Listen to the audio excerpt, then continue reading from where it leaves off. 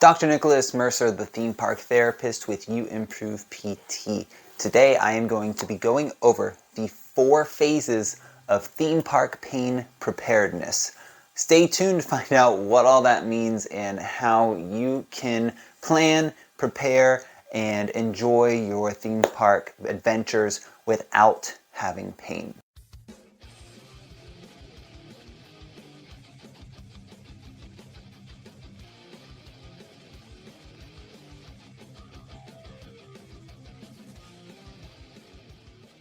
When you plan your theme park vacation, it's very normal to make sure you have all the food you need packed, all of the clothes, all of the toiletries, everything that you're going to need to sustain life over that period while you're at the theme parks.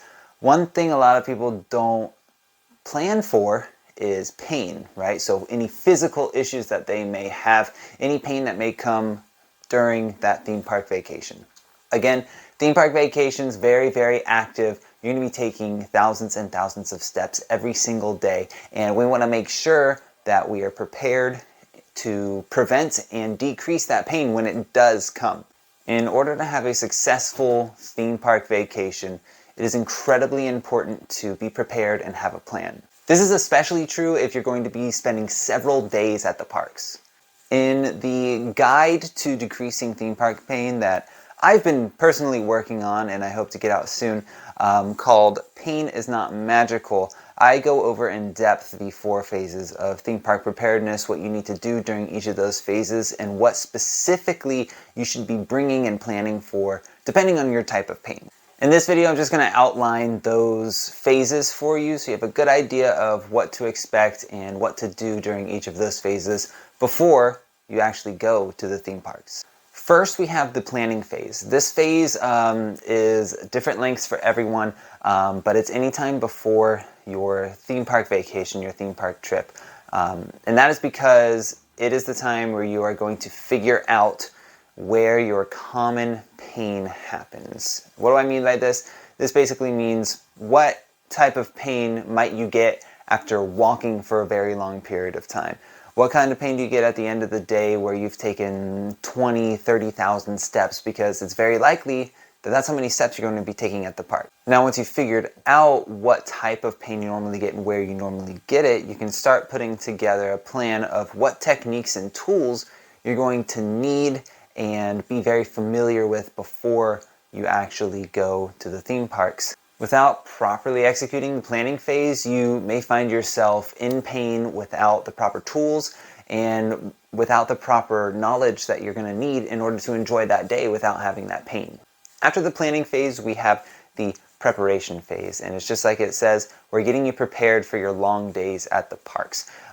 This normally happens either the morning of that theme park visit or even before you take your trip from home if you're traveling from another state or another city or even another country, making sure that you're bringing the proper tools and you have the proper knowledge to manage and control that pain when you're at the parks. For instance, certain conditions like ankle pain and knee pain, you may want to pack a brace just in case it starts to really bother you and you get some of that extra support. Or, for instance, if you have lower back pain or shoulder pain, you want to know what exercises can you do inside the parks and what exercises are you going to need to do the morning of. In addition, you may want to apply kinesio tape before going into the parks if that's something that you found helps you with your back pain, knee pain, shoulder pain, and really any pain you may have. And overall, just making sure that you have your backpack or any bag that you're going to bring in the parks, making sure it has the tools and equipment that you may need, such as a lacrosse ball, a massage hook, a massage gun, some extra kinesio tape, a brace, a towel, some other mobility tools that you find very helpful in reducing that pain while you're in the parks.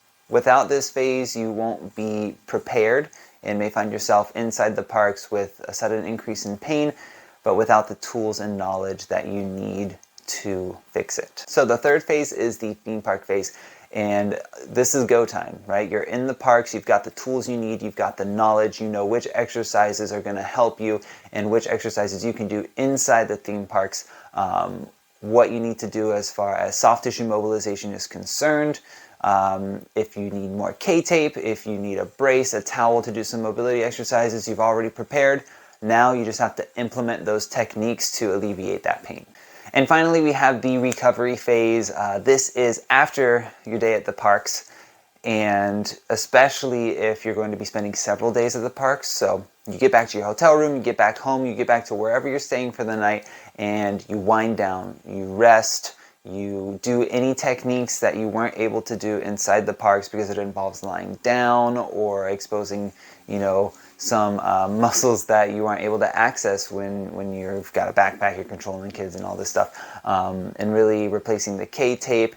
But most importantly, getting some rest, rehydrating, and making sure you're ready for the day ahead, right? For the next day, and then the next day after that, so we can keep resetting back at the preparation phase the next morning and having a successful and enjoyable theme park stay. So those are the 4 phases of theme park pain preparedness. That's a lot of P's, I know. Thank you for hanging in there with me.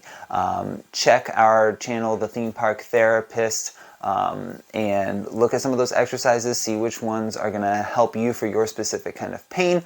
And I hope you enjoy this video and your theme park visit, because pain is not magical.